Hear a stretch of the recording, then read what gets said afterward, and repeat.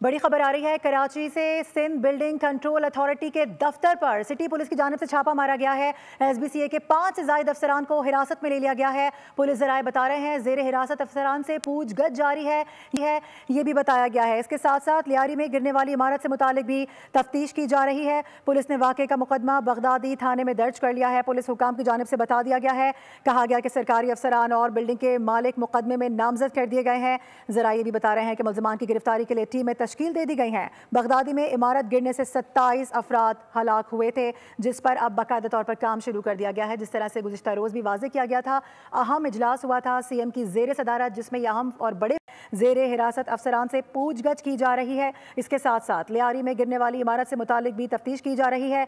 Police ने वाक़े का मुकदमा बगदादी थाने में दर्ज कर लिया है। बताया जा रहा है कि सरकारी अफसरान और बिल्डिंग के मालिक मुकदमे में नामजद कर लिए गए हैं। यह अहम डेवलपमेंट है जिससे मुतालिक आपको आगाह कर रहे हैं। सब्सक्राइब करें और बेल दबाएं ताकि कोई खबर रह न जाए।